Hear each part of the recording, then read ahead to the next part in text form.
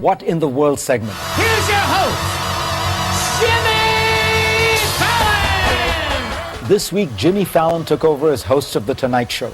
More than 11 million Americans tuned in at midnight to watch his debut. That's about 3.5% of the population. Thank you.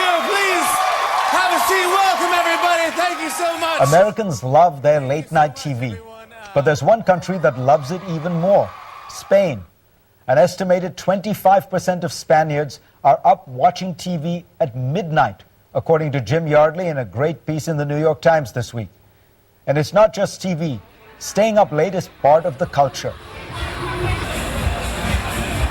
Restaurants rarely serve dinner until well after 10 p.m. According to one survey, Spaniards sleep on average 53 minutes less than other Europeans. During the day, Spaniards are known for taking long lunches and breaks and, of course, siestas. Well, a number of Spanish economists are saying this needs to stop. By some accounts, Spain loses 8% of its GDP to reduce productivity. So, what can be done? One suggestion is that Spain turn its clocks back.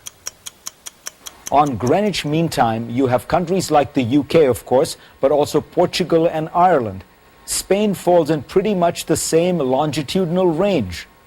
But Spain is actually an hour ahead of England, along with France, Germany, Poland, and many other Central European countries. It wasn't always so. Before World War II, Spain kept the same time as Britain. But during the war, when Hitler sought to gain Spain's support, the Spanish dictator Franco moved to align his country's clocks with those of Germany's. 7 decades later, that remains the case despite Spain's geographic location. Economists say that turning the clocks back would make Spaniards more productive and boost the economy. It's an interesting thesis, and I don't know if it would work. The good news is that Spaniards are thinking hard about improving their economy. We tend to think of Spain as a European basket case. Unemployment is at 26%. Youth unemployment is double that. Every second person between the age of 18 and 25 is out of a job. Spain has been in a recession for several years. The Eurozone has had to bail it out so that it could avoid defaulting. But beyond those headlines, there is now some good news.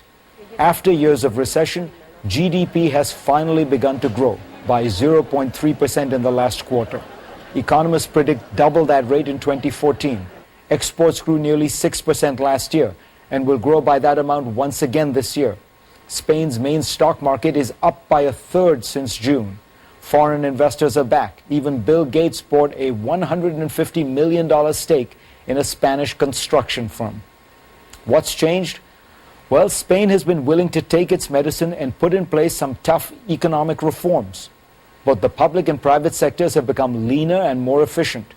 In the face of stiff opposition, Madrid has raised the retirement age. It's tweaked the rules to make jobs more flexible. Companies can now hire and fire more easily. Spain's relative labor costs have declined steadily, even as those of Germany, France, and Italy have risen. All of these measures have made Spain more competitive, boosting exports. Growth is bringing in tax revenues and stabilizing the country's finances. But Madrid can and should do more. Spain's revenue from taxes as a fraction of total GDP remains among the lowest in all of Europe. And the greatest challenge remains unemployment, especially youth unemployment. If Spain can't create jobs, an entire generation of Spaniards will be lost. European countries have accepted painful austerity measures, but what they really needed was structural reforms. I don't know if turning the clocks back will make much of a dent, but if it sparks a conversation about productivity in general, it is high time. Up